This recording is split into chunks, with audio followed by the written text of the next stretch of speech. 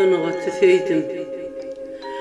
Durkum bilen söydüm gudurat sahnany. Köp çeynidim acı süýji ýaknany. Jigirme çümsüde yüzlerçe dikin. Gül biten yürekde çüýreýär eken. Dikenin nebiten gülünem söydüm.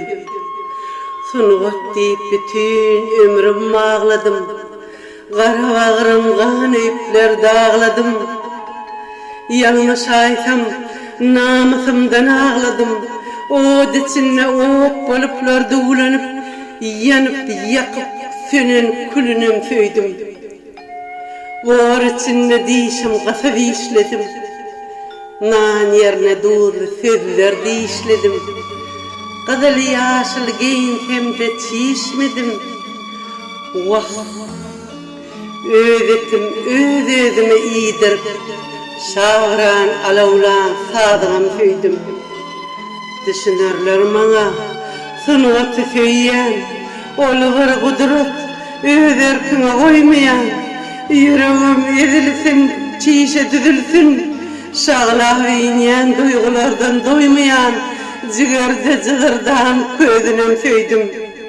Öwsen ýellen gajalatyn geçirdim.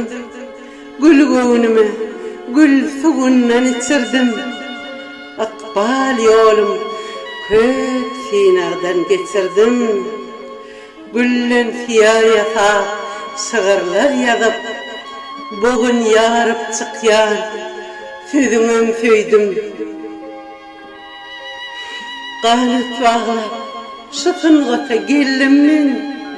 Otly köýnek giýenimem bildim men. Sen ışkynda beýül bolup açyldym. Sen ışkynda gara köýüp kül boldum. Wah! Bagır gudurat özüni söýdirýän eken. Süýüniň özünem köýdirýän eken. Okan Şahir Gülcemal Garaýewa. Станиславский Шейбиттер.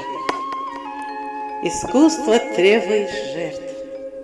Автор hemde okan Ustad Halipa Şahir Gülcemal Garaýewa.